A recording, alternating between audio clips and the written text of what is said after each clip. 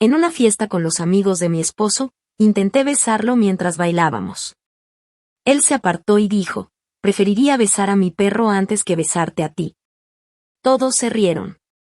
Luego añadió, ni siquiera cumples con mis estándares. Mantente alejada de mí. Las risas se hicieron más fuertes. Sonreí como si no me doliera, pero cuando finalmente respondí, la sala quedó en silencio. Algunas palabras duelen, pero las mías cortan más profundo.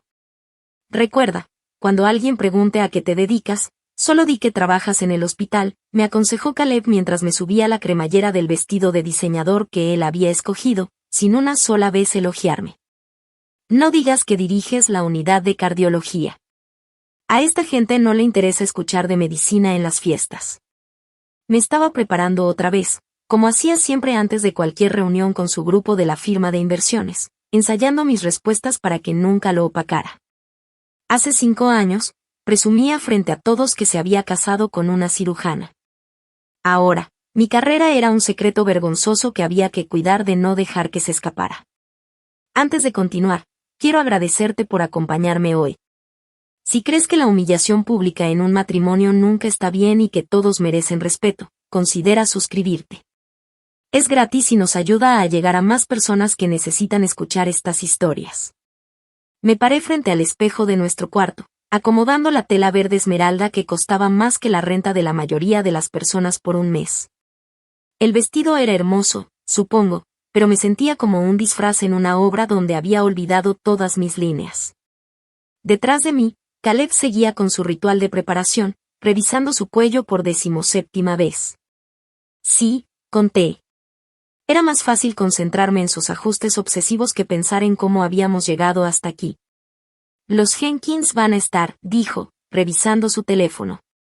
Recuerda, él está en fusiones y adquisiciones, no en capital privado. No lo confundas otra vez. Y su esposa se llama Patricia, no Paula. Quise decirle que yo había estado llamándola Patricia desde hace 3 años, que lo de Paula había sido su error en la fiesta de Navidad del año pasado. Pero las correcciones ya no eran parte de nuestro guión. En cambio, lo observé transformarse frente al espejo, cada ajuste en su apariencia era un paso más lejos del hombre que alguna vez esperaba afuera del hospital con café y flores después de mis cirugías difíciles. Hoy salvé a un niño de 12 años, dije en voz baja, tanteando el terreno. Su válvula mitral, comencé. Está bien, cariño, interrumpió Caleb, sin levantar la vista del teléfono. Pero a nadie le interesa escuchar de sangre y procedimientos mientras toman cócteles. La gente se incomoda. Mejor mantente en temas ligeros, el clima, vacaciones, o tal vez ese restaurante nuevo del centro del que todos hablan. El clima, 5 años de escuela de medicina, 3 años de residencia. 2 años dirigiendo la unidad de cardiología en uno de los mejores hospitales del país. Y él quería que yo hablara de formaciones de nubes con banqueros de inversión que probablemente ni podrían encontrar sus propios puntos de pulso. Mi teléfono vibró con un mensaje de mi equipo quirúrgico. El niño estaba estable, ya preguntando cuándo podría jugar béisbol otra vez. Su madre había llorado cuando le dije que la cirugía había sido un éxito. Esas lágrimas significaban más para mí que cualquier invitación a una fiesta, pero mencionarlas violaría las reglas cuidadosamente establecidas por Caleb. Además, añadió Caleb, finalmente mirándome por el espejo en lugar de directamente, Marcus preguntó por nuestros planes para la recaudación de fondos de Hamilton el próximo mes. Le dije que tomaríamos una mesa. Son 50,000, pero es importante para la visibilidad. 50,000 para visibilidad. Mientras tanto, la pediatría necesitaba equipo de monitoreo nuevo, que la junta del hospital consideró demasiado caro, 30,000. Yo planeaba hacer una donación personal, pero aparentemente nuestro dinero ya estaba asignado a las oportunidades de networking de Caleb. ¿Lista?, preguntó, aunque no era realmente una pregunta. Ya se dirigía a la puerta, esperando que yo lo siguiera como un accesorio bien entrenado. El viaje en el elevador se sintió más largo de lo normal. Caleb repasaba nombres y detalles de los invitados de esa noche, tratándome como a una actriz que necesitaba coaching antes de su actuación. Tom Morrison cerró ese trato farmacéutico la semana pasada. Felicítalo, pero no preguntes por detalles. y evita a Jennifer Whitfield si ha tomado, se pone a hablar de sus problemas de matrimonio. Asentía en los momentos adecuados mientras pensaba en la madre de mi paciente, como me había tomado las manos y me había bendecido en 3 idiomas diferentes. Eso era real. Eso era importante. Este viaje en elevador a otra fiesta donde tendría que fingir ser menos de lo que soy, eso era la actuación. El Bowie se llevó nuestro carro por una falta de práctica. La mano de Caleb se movió a mi espalda baja al entrar al edificio de Marcus, no por afecto, sino por posición. Hacía esto en cada evento público, marcando su territorio mientras me mantenía a la distancia exacta que sugería cercanía sin intimidad real. Recuerda, susurró mientras esperábamos el elevador al penthouse. Sonríe más esta noche. La última vez parecías miserable. Estas son personas importantes, Clare. Mi carrera depende de estas relaciones. Su carrera, no la nuestra, nunca la nuestra ya. El elevador se abrió directamente al penthouse de Marcus, y vi a Caleb transformarse por completo. Sus hombros se enderezaron, su sonrisa se activó con precisión ensayada. Su voz bajó a ese tono confiado que él creía que lo hacía sonar más autoritario. Marcus, llamó, soltando mi espalda para dar la mano con un entusiasmo que desaparecería en cuanto llegáramos a casa. Caleb y Clare. Marcus añadió mi nombre como si fuera un pensamiento de último momento, con los ojos ya buscando a quien más había llegado. Ese era mi papel ahora, el pensamiento de último momento, la acompañante, la socia silenciosa en una relación que hacía mucho había dejado de ser igualitaria. Jennifer Whitfield se acercó con besos en el aire y copas de champaña. Clare, querida, te ves encantadora. Ese vestido es divino. Caleb tiene tan buen gusto. Ni siquiera mi apariencia era un logro mío ya. El vestido que llevaba, los zapatos, el cuidado con que había peinado mi cabello, todo gracias a las elecciones de mi esposo, como si fuera una muñeca que él vestía para exhibición. Y gracias, respondí con el tono medido que había aprendido mantenía las conversaciones breves. Demasiado entusiasmo invitaba a preguntas, muy poco me marcaba como difícil. Mantener el equilibrio era agotador. Y Clare trabaja en el hospital, intervino Caleb suavemente cuando Marcus preguntó qué había hecho últimamente. Solo trabaja en el hospital, no dirige la unidad de cirugía cardíaca, ni salvó la vida de un niño hoy, ni gana el doble de salario manteniendo a personas vivas. Solo trabaja en el hospital, como si yo organizara archivos o repartiera bandejas de comida. Me quedé allí en mi vestido caro, sosteniendo una copa de champaña que no quería, sonriendo a personas que me miraban a través de mí y tomé una decisión. Esta noche sería diferente. Esta noche intentaría una vez más conectar con el hombre con el que me casé. Buscar algún vestigio de la persona que alguna vez se sintió orgullosa de mis logros en lugar de amenazada por ellos. Una vez más para salvar lo que habíamos construido antes de que colapsara por completo. Si fallaba, y una parte de mí ya sabía que lo haría, al menos sabría que lo intenté todo antes de lo que viniera después. La conversación a mi alrededor cambió a proyecciones trimestrales y volatilidad del mercado, términos que flotaban como ruido de fondo. Mientras observaba la transformación de la sala, alguien había bajado las luces y la música cambió de jazz alegre de cóctel a algo más lento, más íntimo. Marcus tomó la mano de Jennifer con facilidad ensayada, llevándola al espacio que habían despejado cerca de las puertas de la terraza. Tyler acercó a Sarah, susurrándole algo que la hizo reír y recostar la cabeza en su hombro. Yo estaba al borde de su felicidad, sosteniendo mi copa de vino vacía como un accesorio que había olvidado cómo usar. Las parejas se movían con sincronía natural, con una comodidad obvia en la presencia del otro. ¿Cuándo habíamos perdido eso Caleb y yo, o acaso alguna vez lo tuvimos? Un mesero pasó con una bandeja de champaña. Apoyé mi copa vacía y tomé una nueva, bebiéndola más rápido de lo que debía. Las burbujas quemaban un poco, dándome algo en que concentrarme además del dolor que crecía en mi pecho. Al otro lado de la sala, Caleb estaba inmerso en una conversación con Bradley y algún cliente cuyo nombre ya había olvidado. Moviendo las manos con entusiasmo mientras explicaba algo que los hacía sentir como marionetas sincronizadas. El piano empezó a tocar una canción que reconocí. Era parecida a la que había sonado en nuestra boda en el Drake Hotel, hace 5 años. No era la misma, pero lo suficiente para que se me cortara la respiración. Aquella noche, Caleb me había llevado a la pista de baile vacía a las 2 de la mañana. Los dos descalzos, embriagados de champaña y posibilidades. Vamos a tener una vida tan hermosa, susurró al oído. Hijos, una casa con jardín. Domingos en la mañana leyendo el periódico en el porche. Todo, Clare. Vamos a tenerlo todo. El recuerdo me impulsó antes de pensar mejor. Mi mano encontró el codo de Caleb, la tela de su chaqueta suave y cara bajo mis dedos. La conversación se detuvo a medias. Bradley me miró con irritación apenas disimulada. El cliente parecía confundido, y la mandíbula de Caleb se tensó de esa manera que decía que había roto el protocolo. Baila conmigo, dije, más débil de lo que quería. Más súplica que invitación. Los ojos de Caleb buscaron a sus colegas, calculando la matemática social del momento. Negarse se vería mal. Aceptar interrumpiría su networking. Pude verlo sopesando opciones, buscando el camino de menor resistencia. Y caballeros, si me disculpan, dijo con una sonrisa que no llegaba a los ojos. El deber llama. Deber. Eso era lo que me había convertido. Su mano en mi cintura estaba precisa, a la distancia exacta que sugería matrimonio sin intimidad. Mi mano sobre su hombro encontraba una tela que bien podría haber sido armadura. Comenzamos a movernos, pero fue mecánico, como dos extraños siguiendo instrucciones de clase de baile, no como una pareja casada compartiendo un momento. El trato de los Patterson se ve prometedor, dijo, con la mirada enfocada en algún punto sobre mi hombro, probablemente controlando quién hablaba con quién y qué conexiones se hacían sin él.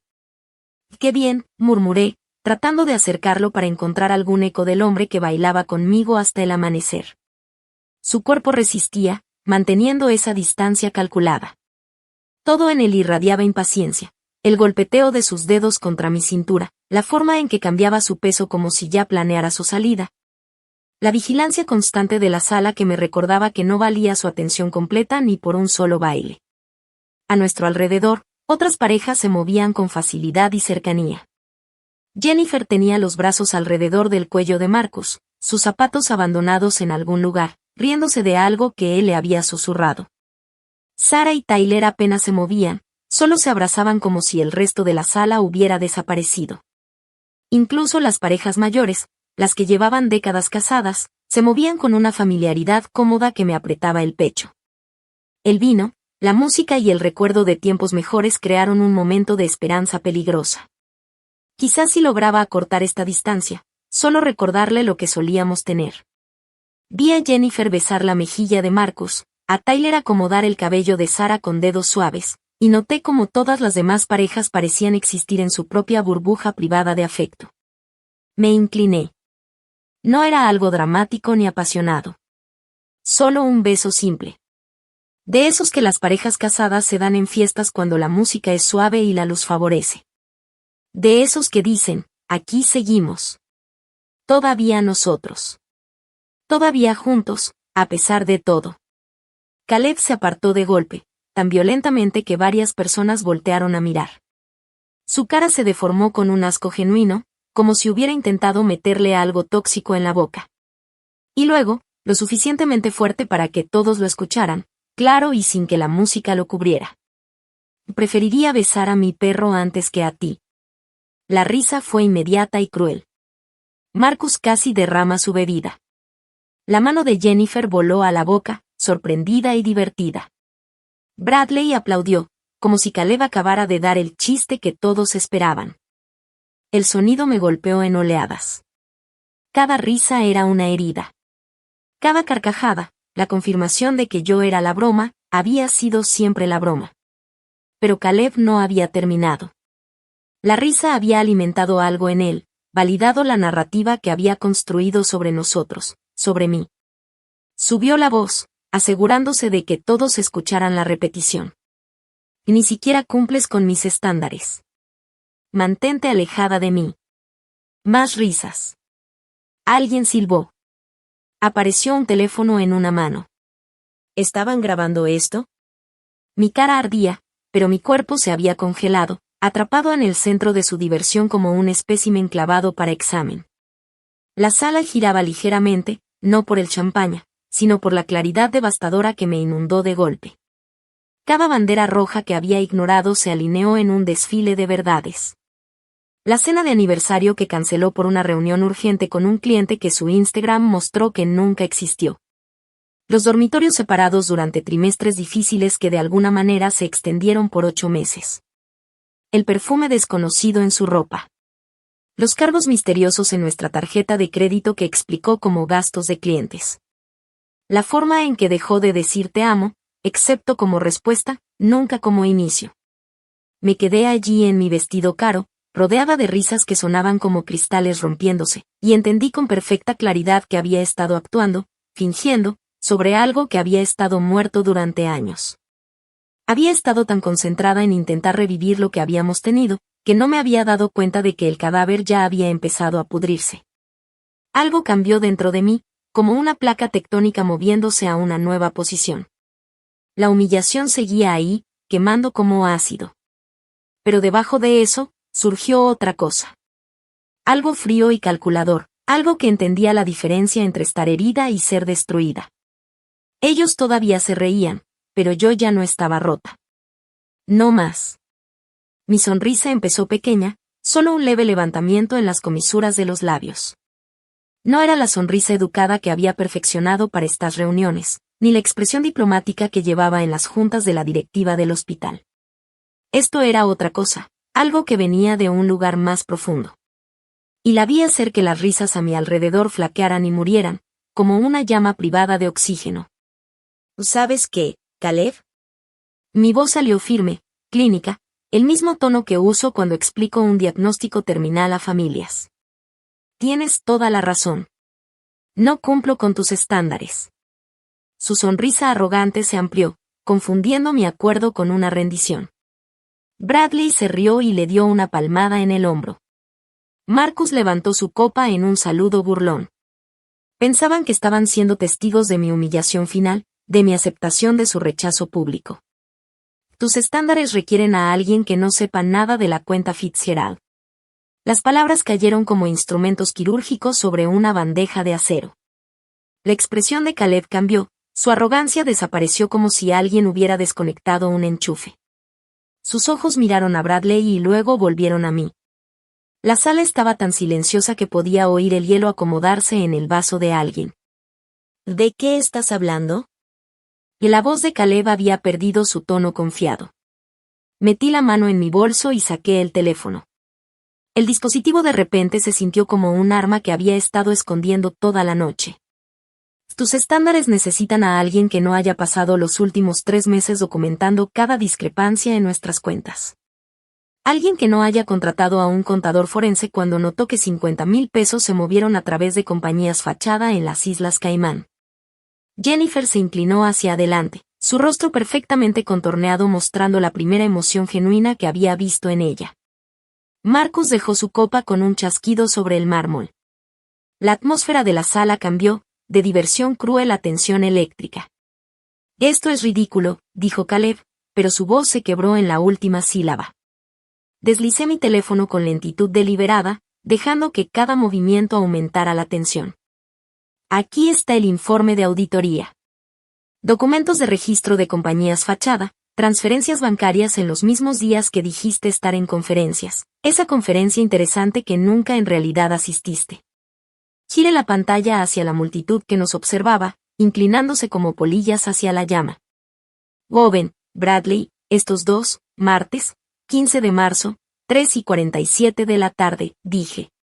¿Debería reproducir la grabación de ustedes dos discutiendo cómo destruir evidencia antes de la revisión trimestral? La cara de Bradley pasó de bronceada a gris en segundos. Eso, no puedes, tartamudeó. Toqué el botón de reproducir. La voz de Caleb llenó la sala desde el altavoz del teléfono. Pequeña, pero inconfundible. Necesitamos borrar todo antes de que Davidson revise los libros. Transfiérelo a la subsidiaria. Luego ciérralo. Haz que parezca un error del cliente. Alguien dejó caer un vaso. El sonido al romperse contra el mármol enfatizó la confesión grabada de Caleb. Marcus retrocedió tambaleándose, la mano buscando la pared para sostenerse. «O la cuenta Fitzgerald», dije, mi voz cortando el caos, empezando a subir. Esa era la cartera de retiro de mi padre. Tus estándares, continué, también requieren a alguien que no sepa nada de Amanda. ¿Quién es Amanda? La voz de Sara fue aguda, pero no me preguntaba a mí. Se había girado hacia Tyler, su novio, cuyo rostro de repente se puso pálido. La pasante de 23 años de la firma de Tyler, dije, viendo cómo las piezas del dominó comenzaban su inevitable caída. La que necesitaba ese puesto de marketing desesperadamente. La que Caleb ha estado visitando en su departamento todos los jueves. La prima de Tyler, en realidad. Qué curioso cómo se conectan estas cosas. La mano de Sara conectó con la cara de Tyler antes de que pudiera responder. La bofetada resonó en el penthouse como un disparo. ¿Y tu prima, a quien dijiste que necesitaba ayuda con su carrera? Tus estándares requieren a alguien que no lea mensajes de texto. Deslicé mi teléfono, buscando las capturas de pantalla que había guardado, como esta de hace 3 horas. No puedo esperar a que termine esta aburrida fiesta para verte mañana. Claire está tan desesperada que da pena. O esta de el martes pasado, mi esposa es patética. Realmente cree que estoy trabajando hasta tarde. Jennifer se acercó, leyendo por encima de mi hombro. Dios mío. Susurró, y luego más fuerte, girándose hacia Marcus. Las pastillas. Las que faltan en nuestro botiquín. Dijiste que no. ¿Qué pastillas? Preguntó Marcus, con verdadera confusión en su rostro. Las azules, la voz de Jennifer subía. Dijiste que no las necesitabas, pero siguen desapareciendo. Y ahora se volvió hacia Caleb. Estuviste en nuestra casa la semana pasada para el partido. Usaste nuestro baño. Caleb se lanzó hacia mí, tratando de agarrar mi teléfono. Pero me moví con la misma precisión que uso en los quirófanos. Años de entrenamiento quirúrgico me enseñaron economía de movimiento. Tropezó conmigo y se sostuvo de una mesa decorativa que tembló bajo su peso. La cartera Bitman, anuncié a la sala, que se había convertido en un cuadro de horror congelado. Revisen sus estados, todos. De verdad revisen. Esos rendimientos espectaculares que Caleb mostraba. Matemáticas creativas. El dinero se ha desviado a cuentas en Panamá. El FBI sabe todo. ¿Qué estás mintiendo? La voz de Caleb se volvió aguda, desesperada. Saqué otro documento en mi teléfono. La oficina del fiscal federal no está de acuerdo. Esta es la confirmación de que las órdenes de arresto se ejecutarán el lunes por la mañana en su firma. Durante la reunión de socios, específicamente. El agente Patterson consideró que el momento sería particularmente efectivo. La sala explotó. Marcus gritaba sobre el dinero de su padre. Jennifer le gritaba a Marcus sobre las pastillas, preguntando cómo no podía saberlo. Sara exigía a Tyler que explicara su papel en todo, mientras él balbuceaba negaciones. Bradley sacó su teléfono y escribía frenéticamente, probablemente tratando de mover dinero, advertir a alguien o reservar un vuelo a un país sin extradición. Y en medio de todo, Caleb estaba congelado, en el centro del caos que él mismo había creado. Su mundo cuidadosamente construido se desmoronaba a su alrededor como una casa de cartas en un huracán. Su boca se abría y cerraba, pero no salía ninguna palabra. Por primera vez, no tenía guión, ni desvío encantador, ni audiencia lista para reírse de su crueldad. Ah, y Caleb, dije, mi voz cortando el ruido. Tu mamá sabe todo. Eleanor me llamó la semana pasada después de que su contador encontró discrepancias en el fondo de pensión que manejas para ella. Tuvimos una conversación muy interesante sobre a dónde fue en realidad el dinero del retiro de tu padre. Sus piernas parecieron ceder. Luego se hundió en una de las sillas de diseñador de Marcus, con la cabeza entre las manos. El hombre que hace 5 minutos se había parado en el centro de la sala comparándome con un perro se había reducido a algo pequeño y patético, rodeado del desastre que él mismo había creado. El sonido de mis tacones sobre el mármol era lo único que se escuchaba mientras caminaba hacia la puerta. Cada paso medido y deliberado. La multitud se abrió, algunos me miraban con asombro, otros con algo que quizá era respeto o miedo. En la entrada del penthouse, me volví una última vez. La escena era perfecta en su destrucción. Reyes y reinas de fondos fiduciarios reducidos a gritar acusaciones unos a otros. La cuidadosa arquitectura social que habían construido se derrumbaba mientras cada revelación exponía otra mentira, otra traición, otro crimen. Y en el centro de todo, mi esposo, no, mi casi ex esposo, sentado con la cara entre las manos, entendiendo por fin lo que se siente ser despojado y humillado frente a todos los que le importaban. Empujé la puerta del penthouse y entré al pasillo, mis tacones marcando un ritmo firme sobre el mármol. Detrás de mí, el caos continuaba, voces levantadas en acusaciones, muebles raspando al moverse, las demandas estridentes de Jennifer cortando el aire. Pero adelante solo había silencio y las brillantes puertas del elevador al final del corredor. Mi mano se mantuvo firme al presionar el botón, aunque podía sentir como la adrenalina comenzaba a desaparecer, dejando un hueco en su camino. El elevador llegó con un suave timbre, demasiado alegre para lo que acababa de pasar. Cuando entré, la voz de Jennifer sonó detrás de mí. «Clare, espera». Ella estaba en el marco de la puerta del penthouse, el maquillaje corrido, sosteniendo algo en la mano. «Del collar», dijo, su voz temblando. «Una pieza de diamantes que has estado mostrando toda la noche. Dijiste que se compró con los fondos del Trust Sherman. Revisa la fecha de compra con los registros de retiro. 28 de marzo, $42,000. Las palabras salieron clínicas, como hechos. Quizá quieras quitártelo antes de que el congelamiento de activos llegue el lunes. Lo considerarán evidencia. Ella arrancó el collar tan rápido que el broche se rompió, los diamantes esparciéndose por el mármol como promesas rotas. Las puertas del elevador se cerraron sobre ella mientras trataba de recogerlos. Y de repente, me encontré sola en ese pequeño espacio espejado, descendiendo. 30 segundos. Eso era lo que me di. 30 segundos para temblar, para sentir la magnitud de lo que acababa de hacer. Mis manos temblaban mientras me agarraba del pasamanos. Mis piernas, de repente inestables en tacones que me habían acompañado en cirugías de 12 horas, pero que ahora se sentían insuficientes para este momento. 28 segundos. 29. 30. Enderecé la espalda, saqué mi teléfono y escribí un mensaje a mi abogada. Está hecho. Todo está en movimiento. Presenta los documentos el lunes por la mañana. La respuesta fue inmediata. Grabaciones de seguridad. Tendrán todo. Asegúrate de que Patterson se entere. El elevador se abrió al lobby. El portero me saludó con un asentimiento cortés, ajeno a la destrucción que sucedía 40 pisos arriba. Afuera, el valet me devolvió el auto. Había manejado por separado, sabiendo de algún modo que necesitaría mi propia ruta de escape. El camino a casa fue automático, los músculos recordando mientras mi mente reproducía cada momento, cada palabra, cada expresión en el rostro de Caleb mientras su mundo se derrumbaba. Nuestra casa se veía oscura contra las luces de la calle, exactamente igual que cuando nos fuimos 3 horas atrás. Pero todo había cambiado. Aparqué en el garaje y me quedé un momento, mirando los palos de golf de Caleb montados en la pared, su bicicleta de montaña que nunca usó. Las herramientas que nunca había abierto. Praps en la actuación de una vida que quería que la gente creyera que vivía. Adentro, me moví con propósito. Caja tras caja subía desde el cuarto de almacenamiento del sótano. Las buenas que habíamos guardado de nuestros regalos de boda, resistentes y limpias.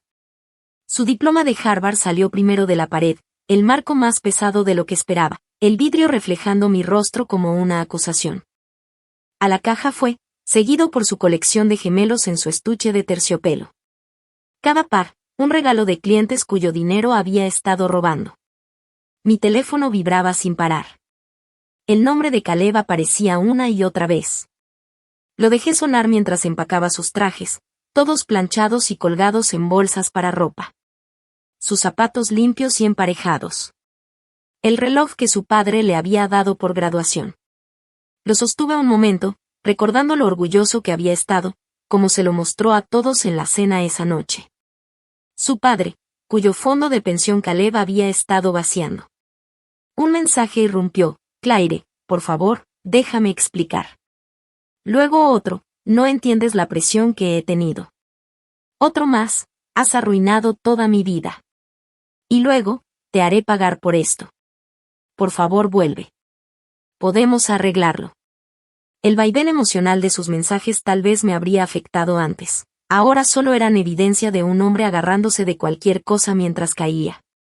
Encontré nuestro álbum de bodas en el cajón más bajo de su escritorio, escondido bajo documentos fiscales. La portada era de cuero marfil, con nuestras iniciales grabadas en oro. Adentro, esa mujer de blanco me sonreía, radiante, segura de su futuro. Caleb estaba a su lado, la mano en su cintura, mirándola como si ella fuera todo lo que siempre había querido. ¿Cuándo cambió esa mirada? ¿Cuando ella se volvió un accesorio para manejar en vez de una compañera para amar? Las lágrimas llegaron entonces, no por él ni por nosotros, sino por ella, esa mujer que había creído en él para siempre, que pensaba que el amor significaba algo más que actuación y posesión. Me senté en el piso de su oficina, rodeada de cajas con su vida, y lloré por la muerte de su fe ingenua en los finales felices. Mi teléfono sonó. Apareció el nombre de Emma en la pantalla. Vi la historia de Instagram de Jennifer, dijo mi hermana sin preámbulos. Se cortó en medio de la escena, pero había gritos. ¿Estás bien? ¿Puedes venir? Mi voz sonaba áspera, desconocida. Ya estoy en el coche. Llegaré en 3 horas. A la mañana siguiente todo llegó gris y silencioso. Emma había llegado a las 2 de la mañana, con una maleta y una bolsa de despensa, encontrándome dormida en el sofá rodeada de cajas. Me cubrió con una manta y comenzó a preparar café, el aroma sacándome de sueños inquietos sobre diamantes cayendo y pisos de mármol. «Tienes una reunión», dijo, entregándome una taza. David Patterson, 9 de la mañana, Café Luna. Había olvidado que se lo había mencionado durante nuestra sesión de planificación nocturna. Patterson ya estaba allí cuando llegué, sentado en un rincón con buena visibilidad de las 2 salidas. Hábitos de la profesión, supongo. Se levantó al verme. Profesional, pero no antipático. Señora Harley, pronto señora Morrison otra vez, asintió, comprensivo. Deslicé la memoria USB por la mesa. 3 años de evidencia comprimidos en un dispositivo más pequeño que mi pulgar. Mi madre lo notó primero, expliqué. Es contadora jubilada y hace nuestros impuestos como favor. Discrepancias pequeñas que no coincidían con nuestros ingresos reportados. Empecé a documentar todo. Después, Patterson revisó los archivos en su laptop, con la expresión cada vez más seria con cada documento. Esto es exhaustivo. Con lo que revelaste anoche y esta documentación, tenemos suficiente para cargos federales. Los bienes de Caleb serán congelados al mediodía. Marcus Wakefield y Tyler Coleman también están bajo investigación. Y tu acuerdo de inmunidad, sólido. No eras consciente de la actividad criminal al inicio, lo reportaste en cuanto lo descubriste y estás cooperando completamente. Estás protegida. En casa, Emma había reorganizado los muebles, empujando la silla de Caleb al garaje y centrando el sofá que yo había comprado antes de conocerlo. Ese que él siempre decía que era demasiado blando, demasiado azul, demasiado, algo. Odiaba este sofá, dije, hundiéndome en él. ¿Recuerdas cuando te hizo faltar al cumpleaños 70 de papá? Y dijo Emma de repente. Y era una cena con un cliente importante. Asentí, recordando la decepción en la voz de nuestro padre cuando llamé para cancelar. Esa noche vi fotos en Instagram, él en alguna inauguración de club con esa gente. No clientes, solo champaña y personas que no éramos nosotras.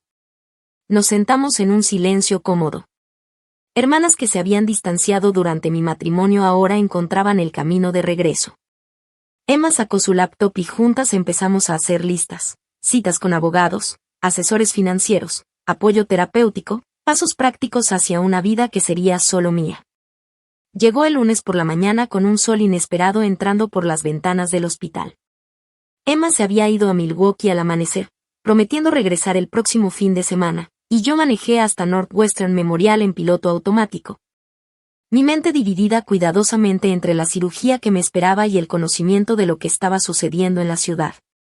El paciente tenía 17 años, jugador de basquetbol de Lincoln Park, que se había desmayado durante la práctica por un defecto cardíaco previamente no detectado.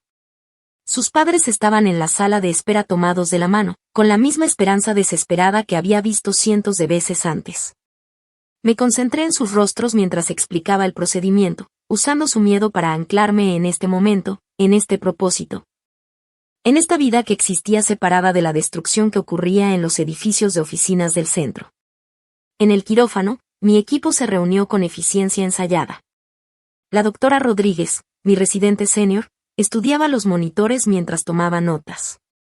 Sara, mi enfermera quirúrgica favorita, acomodaba los instrumentos con precisión metódica. Se movían a mi alrededor como una orquesta bien ensayada, sin saber que su directora estaba controlando el tiempo mentalmente, sabiendo que exactamente a las 10 de la mañana agentes del FBI entrarían a Davidson. Kleene y asociados. Bisturí, dije, mi voz firme detrás del cubrebocas. El peso del instrumento en mi mano se sentía como verdad, como algo real y con propósito. Aquí, en esta sala estéril, con un ambiente controlado y objetivos claros, podía salvar una vida mientras otra vida, la que había construido con Caleb, oficialmente terminaba. La cirugía se extendió a su tercera hora cuando la doctora Rodríguez comentó sobre mi calma inusual. Hoy estás diferente, doctora Morrison. Más concentrada, de algún modo. Si él supiera que cada corte preciso, cada sutura cuidadosa, era una meditación para no imaginar la cara de Caleb cuando los agentes entraran a esa sala de juntas. La reunión de socios siempre empezaba a las 10 en punto. Davidson estaría en medio de su presentación sobre los resultados trimestrales cuando se abrieran las puertas. Los arrestos serían públicos, visibles, imposibles de disfrazar o explicar. A las 4 horas, nos encontramos con tejido cicatricial inesperado de una lesión antigua que el chico no había mencionado. Trabajé metódicamente, reruteando los vasos con la misma paciencia que había usado para documentar 3 años de crímenes financieros. Cada desafío en esta cirugía podía resolverse con habilidad y persistencia. A diferencia de los matrimonios construidos sobre mentiras, los corazones sí se podían reparar. 7 horas y 14 minutos después de la primera incisión, cerré la última sutura. El corazón del chico latía fuerte y constante en los monitores. Un ritmo que lo llevaría a décadas de partidos, graduaciones y toda la vida que Caleb había intentado robarle a los jubilados cuyos fondos había saqueado. Buen trabajo, dijo la doctora Rodríguez mientras nos quitábamos la ropa quirúrgica. Ese niño jugará en la universidad gracias a ti. Me quité la cofia, el cabello húmedo por el sudor, y revisé mi teléfono. 17 llamadas perdidas. 3 de números que no reconocía, probablemente reporteros. El resto de varios socios de la firma de Caleb. La noticia se había filtrado. En mi oficina, apenas me senté cuando Jennifer Morrison apareció en la puerta. Se había ido la mujer perfecta del viernes por la noche. Su ropa de diseñador había sido reemplazada por un vestido simple de Target. Su rostro sin maquillaje, salvo algunas líneas de rímel que mostraban que había estado llorando en el coche. ¿Puedo pasar? Su voz era pequeña, incierta. Le indiqué la silla frente a mi escritorio. Se sentó con cuidado, como si pudiera romper algo, incluida ella misma. Arrestaron a Marcus hace 1 hora, dijo, las palabras saliendo atropelladas. Vinieron a la casa, el FBI. Tenían una orden. Se llevaron todo, computadoras, archivos, hasta nuestros teléfonos. Tuve que pedir prestado el celular de mi vecina solo para hacer llamadas. Esperé, sin ofrecer consuelo ni condena, solo espacio para que siguiera. Y nuestras cuentas están congeladas.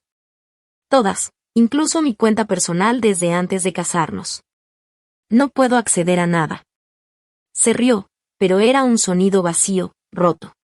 Fui a 3 cajeros automáticos tratando de sacar efectivo para la gasolina. La chica del banco me miró con tanta lástima cuando me explicó el congelamiento federal. Lo siento mucho por lo que estás pasando, dije, y lo decía en serio. Cualesquiera que fueran los errores de Jennifer, ella no había orquestado los crímenes. ¿O verdad? Ella levantó la mirada de golpe porque me reí.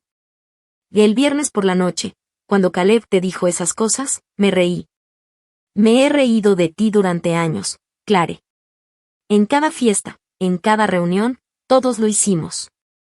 Te llamábamos la reina de hielo, la cirujana robot que no sabía divertirse. La confesión quedó colgando entre nosotras como un bisturí esperando cortar. Y todo el tiempo, continuó, con lágrimas cayendo libremente. Ahora, Marcus estaba robando a su propio padre, a clientes que confiaban en él. Tenía aventuras, múltiples aventuras. Al parecer había una tarjeta de crédito secreta que yo nunca había visto. El agente del FBI me preguntó sobre viajes a Las Vegas que ni siquiera sabía que existieron. Sacó un pañuelo de su bolso, uno normal, no el de diseñador que usualmente llevaba. Estaba tan ocupada sintiéndome superior a ti, riéndome de tu matrimonio, que nunca miré el mío. Vivíamos la misma mentira, solo que tú eras lo suficientemente inteligente para verla. Mi teléfono de escritorio sonó. Lo dejé ir al buzón de voz, pero la pantalla mostró un nombre que hizo que Jennifer se estremeciera: Davidson, Klein y Asociados. Todos me están llamando, dije. Es colegas de Caleb, algunos buscando información, intentando medir su exposición. Otros queriendo distanciarse, asegurarse de que supiera que no sabían nada. ¿Lo sabían?, preguntó Jennifer. Mi teléfono vibró con un mensaje de un número que reconocí. La exasistente de Caleb, Meredith. Doctora Morrison, quería que supiera que todos sabíamos sobre Amanda. Sobre los otros también. Lamento que nunca dijimos nada. Él solía presumirlo en los happy hours. Decía que usted estaba demasiado enfocada en el trabajo para notarlo. Decía que planeaba irse una vez que cerrara el trato en Singapur. Guardé documentación por si la necesita para el divorcio. Le mostré el mensaje a Jennifer. Lo leyó 2 veces, su rostro se arrugó. O todos lo sabían, susurró. En cada fiesta, cada cena, todos sabían que nuestros esposos nos estaban destruyendo por diversión. Mi teléfono sonó otra vez. Esta vez reconocí el número, Eleanor Harley, la madre de Caleb. Había estado temiendo esta llamada. Debería contestar, le dije a Jennifer.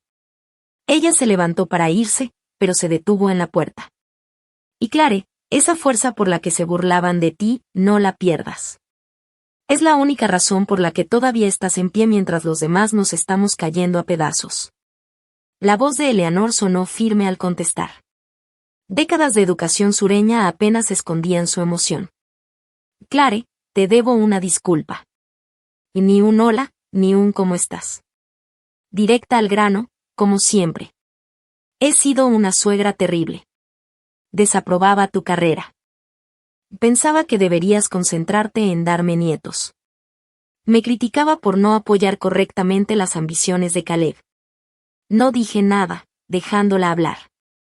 Contraté a un investigador hace 6 meses, continuó. Las irregularidades en la cuenta del fondo de pensiones eran demasiado obvias para ignorarlas. Sé todo, los asuntos, los robos, las mentiras. Ya hablé con la Fiscalía Federal. Testificaré contra mi propio hijo si es necesario. Que Eleanor, él estaba intentando transferir la casa a mi nombre. ¿Lo sabías? Para ocultar bienes de posibles demandas. Los papeles estaban listos, pero nunca se presentaron. Debe haberse distraído con sus maquinaciones. Se detuvo. Lo borraste mejor que eso, dijo. Su padre estaría devastado.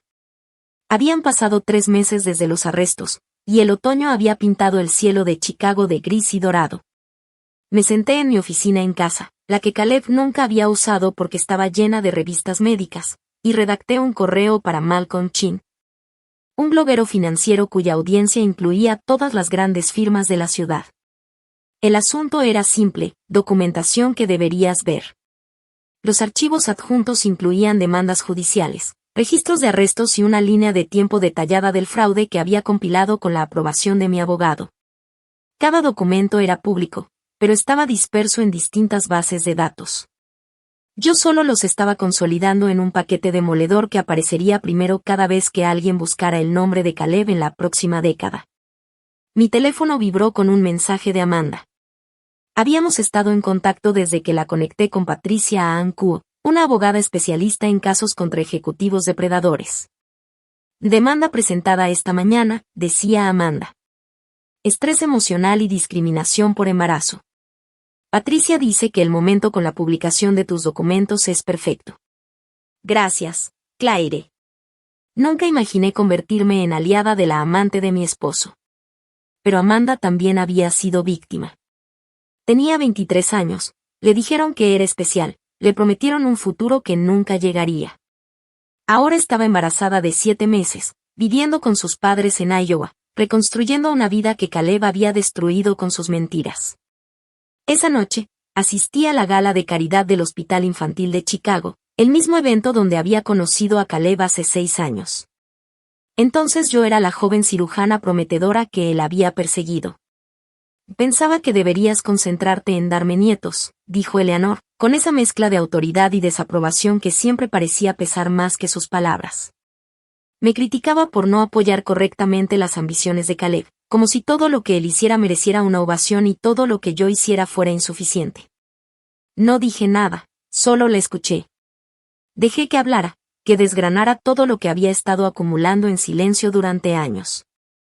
Contraté a un investigador hace 6 meses, continuó, y su voz adquirió un tono más serio, más firme. Las irregularidades en la cuenta del fondo de pensiones eran demasiado obvias para ignorarlas. Sé todo, Claire. Sé de los asuntos, los robos, las mentiras. Sé de cada secreto que Caleb ha intentado esconder, de cada mentira que ha disfrazado con su sonrisa encantadora. Y ya hablé con la Fiscalía Federal. Testificaré contra mi propio hijo si es necesario. Me quedé en silencio, procesando cada palabra, cada confesión. Sus palabras no eran solo revelaciones, eran liberaciones, ventanas que se abrían sobre la verdad que durante años había estado escondida tras el brillo de los trajes, las cenas elegantes y los aplausos falsos. Eleanor, le dije con voz tranquila, midiendo cada palabra, ¿él estaba intentando transferir la casa a mi nombre? Sí, respondió, con un hilo de sorpresa. Para ocultar bienes de posibles demandas. Los papeles estaban listos, pero nunca se presentaron. Debe haberse distraído con sus maquinaciones y sus mentiras. Se detuvo, y por un momento, su mirada parecía suavizarse. Lo borraste mejor que eso, Claire, dijo finalmente. Su padre estaría devastado si supiera lo que pasó. 3 meses habían pasado desde los arrestos, y el otoño había transformado el cielo de Chicago en una pintura de gris y dorado, con nubes que parecían flotar lentamente sobre los rascacielos, reflejando una calma engañosa mientras yo trabajaba en mi oficina en casa. La misma oficina que Caleb nunca había pisado porque estaba llena de libros médicos, revistas especializadas y papeles de investigación, un espacio que era mío, únicamente mío. Me senté frente a mi computadora y redacté un correo para Malcolm Chin, un bloguero financiero cuya audiencia incluía todas las grandes firmas de la ciudad. El asunto era claro y conciso, documentación que deberías ver. Adjunté cada archivo con cuidado, demandas judiciales, registros de arresto, líneas de tiempo detalladas del fraude que había descubierto y documentado junto con mi abogado. Cada archivo era público, pero estaba disperso en diferentes bases de datos, oculto entre miles de documentos que nadie había conectado antes. Lo que yo hacía era simple, pero devastador, consolidarlos en un solo paquete que arrastraría todo el pasado corrupto de Caleb frente a los ojos del mundo y lo dejaría expuesto para siempre. Mi teléfono vibró con un mensaje de Amanda. Habíamos estado en contacto desde que la había puesto en contacto con Patricia Ann Kuo, una abogada especialista en casos contra ejecutivos depredadores. Demanda presentada esta mañana, decía Amanda. Estrés emocional y discriminación por embarazo. Patricia dice que el momento con la publicación de tus documentos es perfecto. Gracias, Claire. Nunca imaginé que terminaría aliándome con la amante de mi esposo. Pero Amanda también había sido una víctima, una joven de 23 años a la que le prometieron un futuro brillante, le hicieron creer que era especial y que Caleb la valoraría. Ahora estaba embarazada de 7 meses, viviendo con sus padres en Iowa, reconstruyendo su vida después de que Caleb la hubiera manipulado y traicionado. Esa noche, asistí a la gala de caridad del Hospital Infantil de Chicago, el mismo evento donde había conocido a Caleb hace 6 años. Entonces, yo era la joven cirujana prometedora que él había perseguido con obsesión, tratando de controlar cada paso de mi vida, de cada decisión que tomaba. Ahora, 6 años después, era yo quien había tomado el control, quien estaba viendo las piezas caer, pero esta vez en mi favor. Caminé por la alfombra roja del evento con confianza, notando los trajes caros, los vestidos deslumbrantes, las sonrisas ensayadas y las conversaciones superficiales de todos los asistentes. Mientras algunos me miraban con admiración, otros con curiosidad, yo llevaba en mi bolso los documentos que podían cambiar la vida de cientos de personas y destruir la carrera de Caleb para siempre. Cada paso que daba parecía más pesado y a la vez más liberador. Cada mirada que cruzaba con la de alguien en la sala era un recordatorio de que ya no era la mujer a la sombra de mi esposo, sino alguien que podía enfrentarse a las mentiras, a la traición y salir más fuerte que nunca.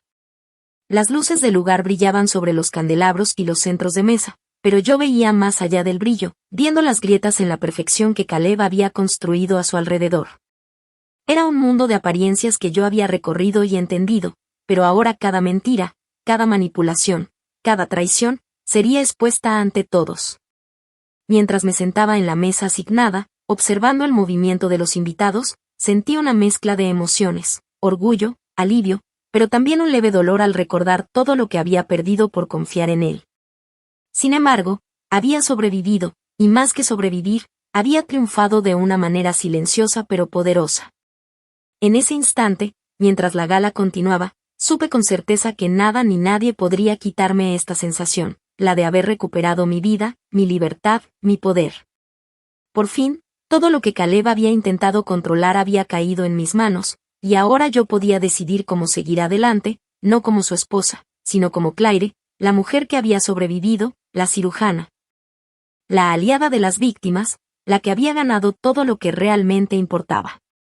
Ahora entré sola, mis pasos resonando suavemente sobre el piso de mármol, mientras mi presencia comenzaba a provocar ondas de susurros por todo el salón de baile. Cada conversación disminuía un poco cuando alguien me veía, y sentí la mezcla de curiosidad y cautela que siempre acompaña a las personas que saben demasiado, pero no lo suficiente para reaccionar de inmediato. Claire, querida, se acercó Margaret Bittestone, su sonrisa rígida llena de curiosidad disfrazada de amabilidad. Qué valiente de tu parte venir. Valiente. Como si asistir a un evento de caridad requiriera coraje, como si yo fuera la que tuviera que esconderse, como si el mundo todavía pensara que debía temerle a alguien. Y el ala de pediatría necesita apoyo sin importar las circunstancias personales, respondí, tomando una copa de champaña que me ofreció un mesero que pasaba por ahí. Mi voz estaba tranquila, firme, y la forma en que me movía, elegante pero decidida, decía más que cualquier palabra. Yo seguía aquí, y no había miedo en mí. Durante toda la noche, observé cómo se desarrollaba la coreografía social, como si el salón de baile fuera un tablero de ajedrez gigante. Los antiguos colegas de Caleb se agrupaban en las esquinas, con el cuerpo siempre inclinado de manera que pareciera que no querían asociarse con nadie manchado por el escándalo. Sus movimientos eran cautelosos, cada palabra medida, cada sonrisa ensayada. Los antiguos clientes de Marcus se movían entre los invitados como refugiados, intentando establecer nuevas alianzas mientras sus activos congelados los mantenían en tensión. Con los ojos buscando oportunidades donde ya no existían. Cerca de las mesas de la subasta silenciosa, escuché a Jessica, la esposa de Bradley, hablando con un pequeño grupo de mujeres. Y no teníamos idea, por supuesto, decía, con un tono que mezclaba incredulidad y culpa. Bradley apenas conocía a Caleb fuera de las funciones de trabajo. Activé la aplicación de grabación en mi teléfono, manteniéndolo casualmente a mi lado mientras escuchaba cada palabra, cada pausa, cada confesión que iba revelando la verdad detrás de años de complicidad silenciosa. Por favor, una mujer se rió entre dientes. Bradley estaba en cada night out con los chicos. ¿Recuerdan ese viaje a Las Vegas el año pasado? Mi esposo dijo que prácticamente estaban celebrando algo. Ahora sabemos que fue con el acuerdo de Singapur. Jessica bajó la voz, admitiendo casi con un susurro. Bradley lo mencionó una vez. Dijo que Caleb había encontrado una solución creativa al problema de financiamiento. Deberíamos haber sabido que creativa significaba ilegal. Cada una de estas admisiones, cada pequeño reconocimiento de ceguera voluntaria, se convertía en un bloque de construcción dentro de una estructura más grande de rendición de cuentas. Cada palabra era una prueba, una evidencia que mi abogado usaría para demostrar que la red de mentiras de Caleb estaba sostenida por todos los que la rodeaban. El proceso de divorcio había comenzado 2 semanas antes, y Caleb llegó con una estrategia que era, sinceramente, impresionante por su audacia. Su abogado argumentaba que mis ingresos sustanciales como cirujana debían considerarse en el acuerdo, que mis ganancias podían compensar su incapacidad actual para trabajar debido a los procedimientos criminales. Su señoría, dijo el abogado de Caleb, la doctora Morrison ganó más de $400,000 el año pasado. La carrera del señor Harley ha sido destruida por las alegaciones que... No son alegaciones, interrumpió Diana, mi abogada, con una calma que cortaba el aire como un bisturí. Son cargos basados en evidencia que la doctora Morrison proporcionó después de descubrir la actividad criminal de su esposo. Diana sacó una carpeta que hizo que Caleb palideciera visiblemente. Cada hoja, cada documento, era otro golpe calculado, preciso, como cortes quirúrgicos que dejaban claro que no habría escapatoria. Hemos descubierto billeteras de criptomonedas a nombre del señor Harley con aproximadamente $200,000 en Bitcoin comprados durante los últimos 18 meses, continuó Diana. Además, hay una colección de arte valorada en $300,000 almacenada en una instalación con control de clima en Chamberg a nombre de su madre, pero pagada con activos maritales. Cada revelación era otro corte, medido, exacto, diseñado para dejarlo sin palabras. Caleb intentaba recomponerse, pero Diana no había terminado. También está el registro del yate en Michigan, la propiedad de inversión en Wisconsin que nunca divulgó, y la caja de seguridad en First National que contiene monedas de oro y bonos al portador. Al final de esa audiencia, Caleb estaba pálido, sudando, y completamente abrumado. Cada pieza de evidencia que Diana presentaba desmoronaba la fachada que había construido durante años. Yo, sentada tranquilamente en mi asiento, podía ver la desesperación en sus ojos, la impotencia que solo se siente cuando la verdad finalmente te alcanza y no hay escapatoria. El juez revisó los documentos con detenimiento, y el salón entero parecía contener la respiración, consciente de que aquel juicio no era solo sobre dinero o propiedades, sino sobre justicia. Sobre la exposición de la corrupción y la manipulación que Caleb había tejido durante años. Cada asistente sabía que estaba presenciando la caída de un imperio construido sobre mentiras, y yo, desde mi lugar, sentí una extraña mezcla de alivio, triunfo y la calma que solo llega cuando finalmente se cierra un capítulo oscuro de tu vida. La posición de Caleb se había derrumbado por completo. Todo lo que le quedaría después del divorcio serían los honorarios de su abogado de defensa criminal y nada más.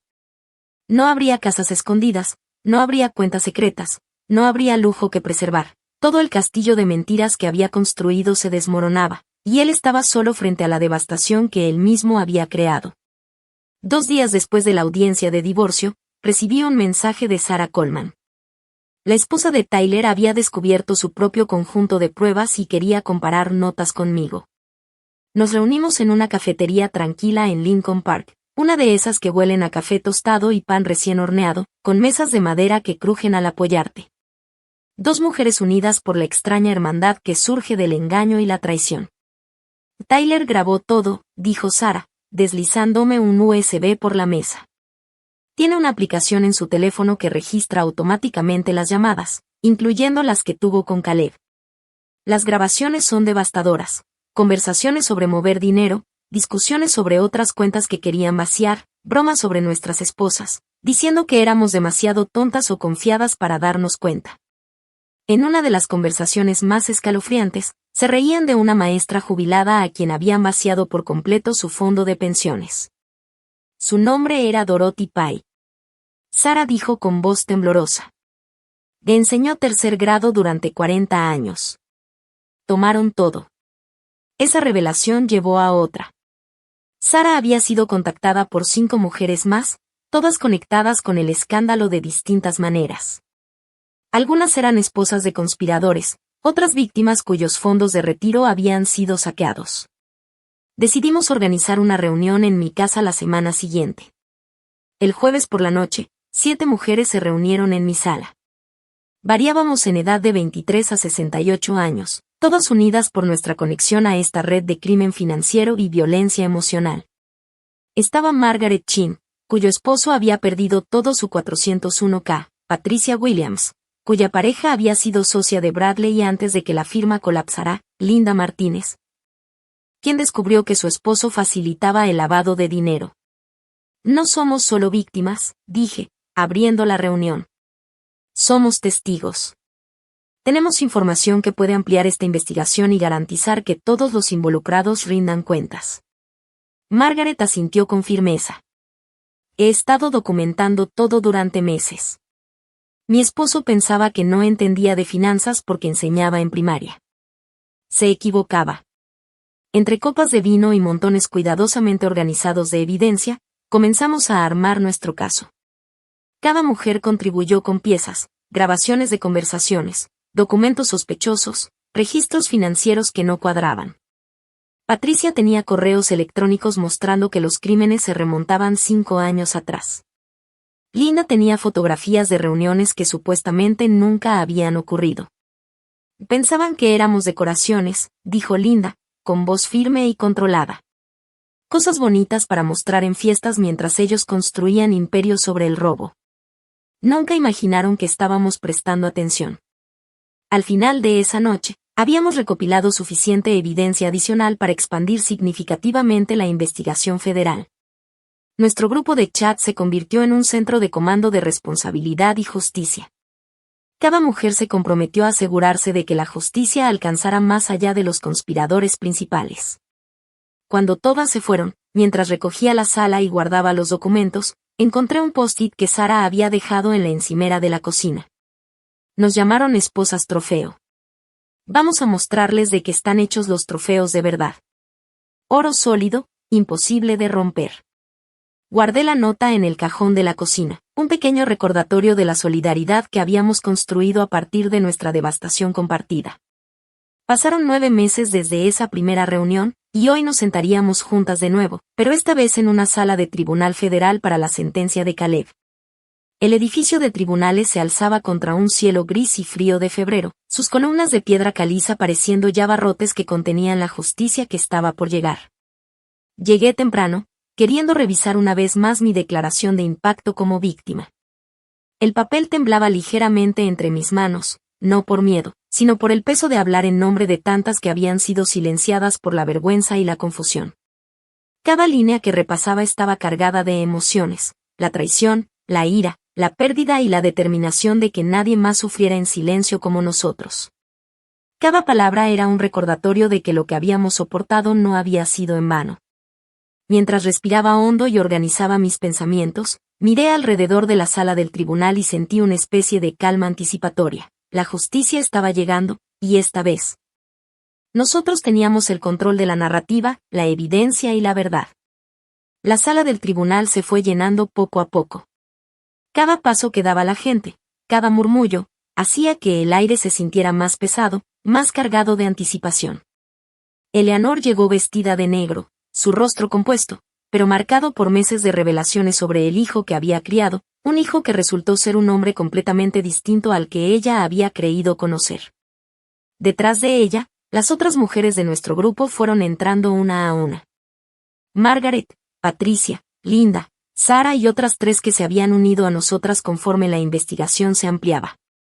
Amanda no estaba presente, demasiado cerca de su fecha de parto para viajar, pero había enviado su declaración escrita para que el juez la revisara.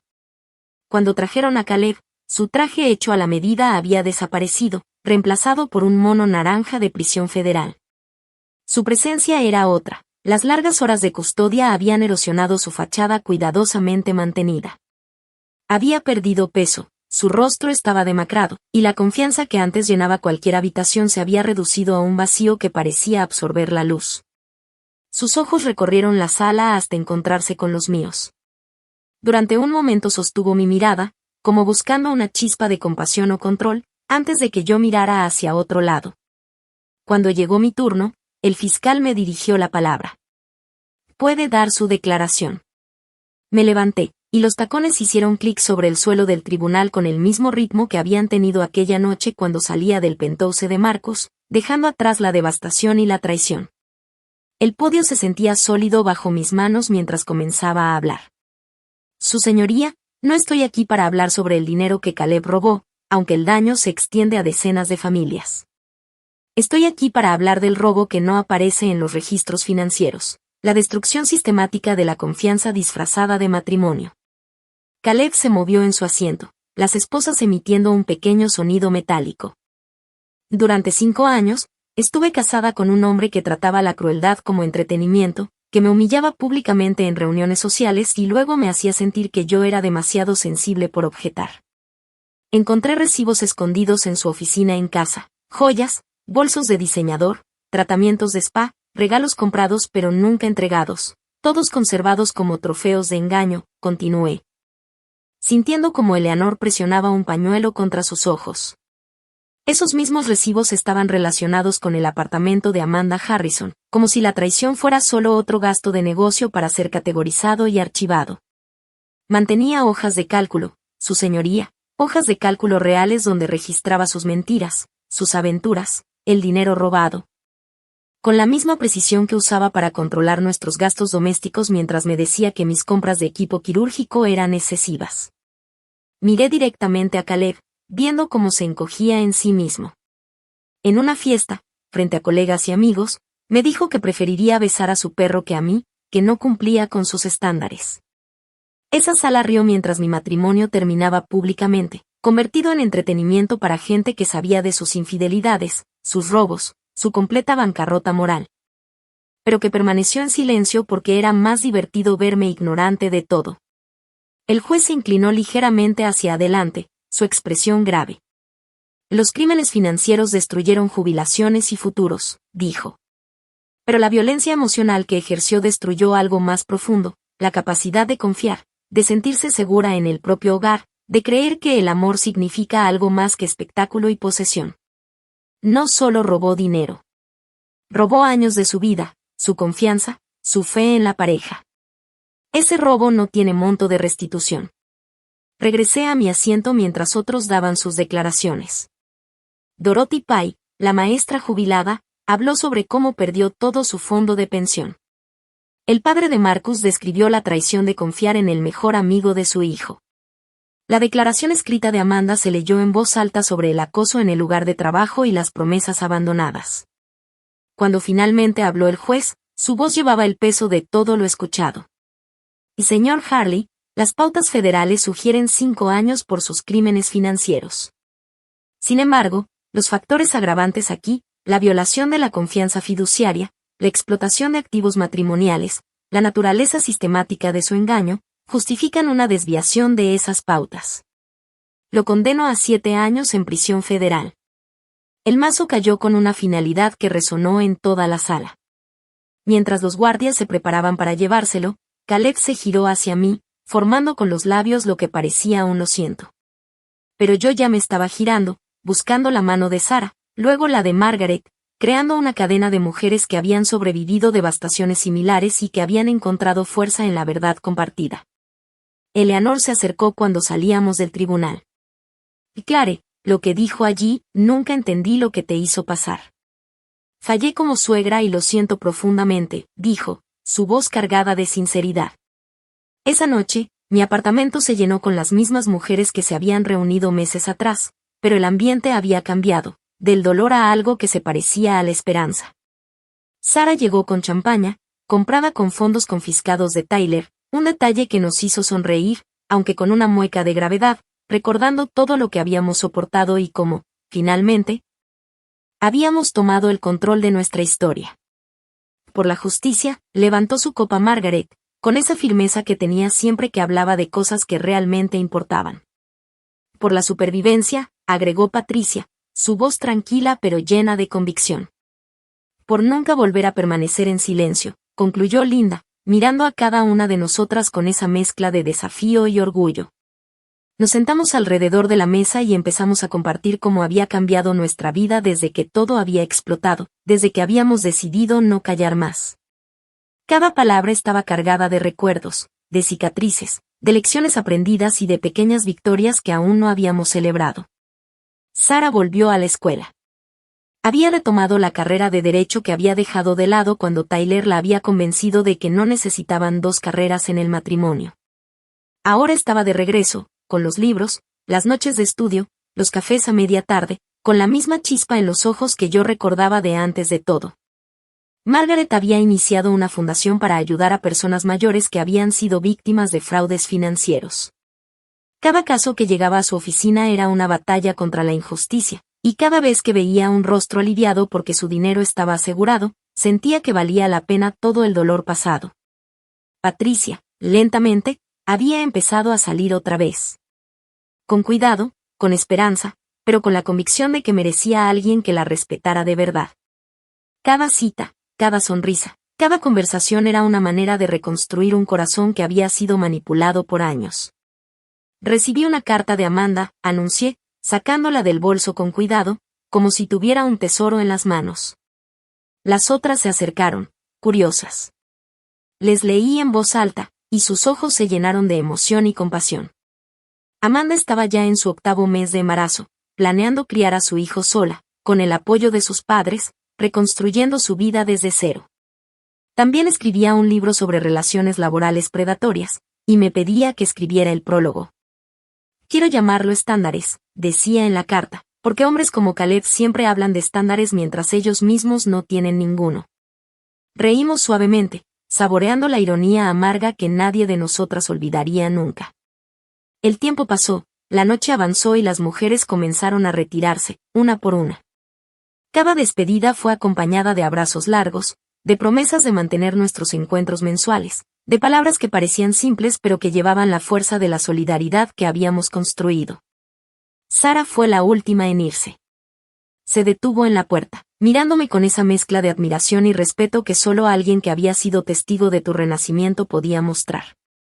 ¿Sabes qué fue lo que más me impactó de tu declaración hoy? Y me dijo, con la voz bajita. No solo expusiste lo que él hizo. Exponiste quién era realmente. Hay algo muy poderoso en esa verdad.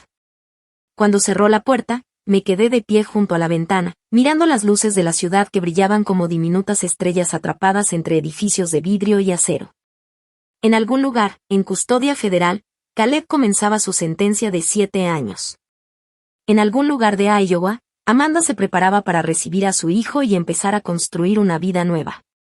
En algún lugar de esta ciudad, otras mujeres vivían con secretos similares, con la misma vergüenza, con la misma confusión entre amor y control. Pensé en la mujer que había sido aquella noche en la fiesta de Marcus, parada, paralizada mientras extraños se reían de mi humillación. Esa mujer parecía lejana, como un recuerdo borroso que apenas podía reconocer. En su lugar, había alguien más firme, más claro. Alguien que entendía que la verdadera fuerza no estaba en soportar la crueldad, sino en exponerla completamente, sin pedir disculpas ni buscar aprobación. Días después, entré al antiguo penthouse de Marcus, ahora vacío, sin muebles, sin pretensiones, solo el eco de recuerdos que se sentían extraños pero liberadores. Las ventanas del piso al techo dejaban entrar la luz de la mañana, proyectando sombras largas sobre el mármol que había sido testigo de mi humillación pública hacía un año. La agente inmobiliaria, una mujer energética llamada Beth, no conocía la historia del lugar, pero hablaba con entusiasmo sobre la vista y el precio reducido. La propiedad debe venderse rápido, dijo. Con su aprobación previa, podría adquirirla fácilmente. Me quedé en silencio, recorriendo con la mano el vidrio frío de la ventana, recordando cada momento vivido allí. Pasaré, dije con calma, sorprendiéndome de la certeza de mi voz. Beth frunció el ceño, confundida. Pero ni siquiera ha visto la suite principal Y no necesito ser dueña de este lugar para saber que ya lo conquisté, interrumpí, girándome y mirando por última vez la habitación vacía. A veces, las victorias no requieren posesión. Caminar lejos, soltarlo todo, es el verdadero triunfo. 2 semanas después, mi artículo apareció en el New England Journal of Medicine. cuando el éxito ciega. Como profesionales de alto rendimiento y las relaciones de pareja predatorias se examinaba como individuos enfocados en su carrera, especialmente en medicina y derecho. A menudo ignoraban signos de abuso emocional y financiero en sus relaciones personales. La respuesta fue inmediata y abrumadora. Mi correo del hospital se llenó de mensajes de otros doctores, abogados y ejecutivos, en su mayoría mujeres, algunos hombres, compartiendo historias de cómo el éxito profesional los había hecho blancos de parejas depredadoras que veían el logro como algo para explotar y no para admirar. Harvard Medical School fue la primera en contactarme, invitándome a hablar en su conferencia sobre bienestar de los médicos. Luego Stanford, Johns Hopkins y docenas de otras instituciones. Cada presentación confirmaba el mismo patrón, historias repetidas de manipulación, traición y resiliencia, y el impacto de exponer la verdad con claridad. Profesionales exitosos, enfocados hasta el límite en sus carreras, tan ocupados en ascensos, publicaciones y cirugías que cada señal de alerta en sus vidas personales la justificaban como estrés. Cada acto cruel lo llamaban amor duro y cada manipulación financiera la racionalizaban como sociedad o asociación. Tu artículo me salvó el matrimonio, me dijo una residente joven después de mi charla en Boston. No porque me ayudara a arreglarlo, sino porque me hizo darme cuenta de que no quedaba nada que arreglar. Estaba haciendo reanimación cardiopulmonar a algo que había muerto hace años. Esa frase, haciendo reanimación a algo que ya estaba muerto, resonó con tantas personas que se volvió el título no oficial de todas mis charlas. La gente la repetía, la compartía, la guardaba como mantra. 3 meses después de la publicación del artículo, estaba en el jardín de mis padres en Milwaukee, viendo a mi papá soplar las 70 velas en un pastel que mi mamá había pasado 2 días perfeccionando. La misma familia que había estado en mi boda con Caleb estaba ahí. Pero el aire era distinto. Más ligero. Nadie fingía nada. Nunca me cayó bien, dijo mi tía Patricia, después de su tercer vaso de vino.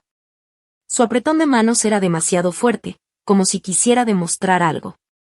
Y dijiste que parecía encantador, le recordó mi mamá con una sonrisa. Sí, sus dientes eran muy blancos. Eso no es lo mismo, repliqué entre risas. Todos reímos juntos y, por primera vez, sentí que la ausencia de Caleb era una presencia que se podía celebrar, no evitar. Clare, ven, llamó mi papá. Quiero que conozcas bien a alguien. David Patterson estaba cerca del jardín, mirando con curiosidad, pero sorprendentemente cómodo con jeans y camisa casual en lugar de su habitual traje de fiscal federal. Durante los meses del juicio habíamos construido una amistad inesperada, basada en respeto mutuo y cero connotaciones románticas. Tu padre me invitó, explicó David, un poco avergonzado. Dijo que debía probar la ensalada de papa de tu mamá antes de poder decir que entendía el Medio Oeste. ¿Cambió mi vida? Pregunté con una sonrisa. Sí, admitió. Puede que necesite la receta como evidencia. Mi papá sonrió orgulloso, feliz de su intento de casamentero, aunque yo le había explicado 1000 veces que David y yo éramos solo amigos. Lo que la mayoría de la gente no entendía era lo valiosa que era esa amistad. David me trataba como igual, consultaba mi opinión sobre casos de fraudes financieros a parejas y nunca insinuó que mi fortaleza fuera intimidante o que mi éxito fuera excesivo. Llamó a Eleanor ayer, me susurró David mientras mi papá se distraía con los nietos. Caleb está apelando su sentencia. Que lo haga, contesté, observando a mi madre correteando con los niños. Las apelaciones necesitan evidencia nueva. Todo lo que tiene son las mismas mentiras de siempre, solo en diferente orden. 6 meses después, estaba en un quirófano preparándome para una de las cirugías más delicadas de mi carrera. La hija de 17 años de la senadora Rebecca Walz necesitaba una reparación compleja de válvula, un procedimiento que requería precisión absoluta y manos firmes. 7 horas después, salí de cirugía y encontré a la senadora esperándome con lágrimas en los ojos. Me salvaste la vida, dijo, tomando mis manos. ¿Cómo puedo agradecerte? Le estoy haciendo mi trabajo, respondí, la misma respuesta que daba a cada padre agradecido. No. Esto es más que un trabajo. Esto es un regalo, insistió. ¿Has considerado política de salud? Estoy formando un comité de reforma de acceso médico. necesitamos voces como la tuya. Personas que entiendan tanto el costo humano como la realidad práctica. Pensé en la oferta durante las siguientes semanas. Significaría menos tiempo en cirugía, más en Washington, menos sanación directa, más cambio sistémico. Lo que Caleb habría matado por tener, prestigio, poder, proximidad a la influencia. Pero yo no era Caleb. No necesitaba validación externa para conocer mi valor. De pie en mi oficina, mirando la carta de aceptación al comité, recordé a esa mujer en la pista de baile, la que se inclinó para un beso y recibió humillación pública. Tan desesperada por conexión que ignoró todas las señales de alerta, todos los momentos de crueldad disfrazados de humor. Esa mujer tuvo que ser destruida para que esta otra emergiera.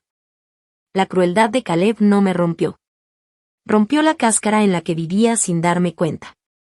Su rechazo público me obligó a rechazar la vida que había estado aceptando, la disminución que había normalizado, la jaula que había decorado en lugar de escapar.